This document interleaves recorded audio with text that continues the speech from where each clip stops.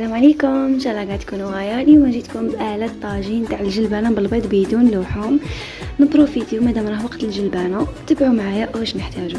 دونك في الطاجين اللي درته هي حماضه، درت فيه نصف فنجان تاع زيت زيتون انا استعملت، تقدروا ديروا زيت العاديه.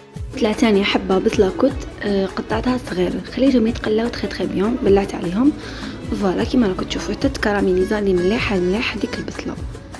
حكمت اني الجبن تاعي بعد ما فورته بالماء والملح، دائما انا نفورها شويه باش ما يديليش وقت كبير في الطاجين، باسكو اخترت نديرها في لا ديرنيير مينوت، باسكو يعجبني بزاف الجلبان في الطاجين يجيو كو اكسبسيونيل. زدت له لي زيبيس، درت له شويه فلفل اسود، شويه نتاع الكركم، شويه تاع توابل الدجاج، لي زيبيس اختياريين، درت له شويه فقط نتاع الفلفل الاحمر الحار، انا نبغي داك الكول الحار في الجلبان. درت له ثاني شويه تاع المعدنوس وخلطتهم تخي بيان. غادي ندير دركا اليوم ما غاديش ندير الملح، قلت لكم ناري ندير ملعقه صغيره ممسوحه، اليوم عوضتها بمرق الجامبو مع شويه نتاع الماء اللي يكون سخون. قلت لكم ديروا الماء سخون باش ما يطرطقش الطاجين تاعكم، وديروا على نار هاديه كيما العاده والعوايد.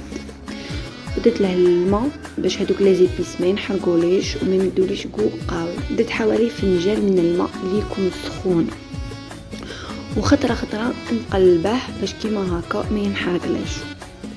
بعد ما طاب لي الجلبان تخي بيان كلمسه، يعني في الاخير درت لها البيض 3 حبات، يعني نتوما على حسب تقدروا ديروا 4 اكثر او اقل.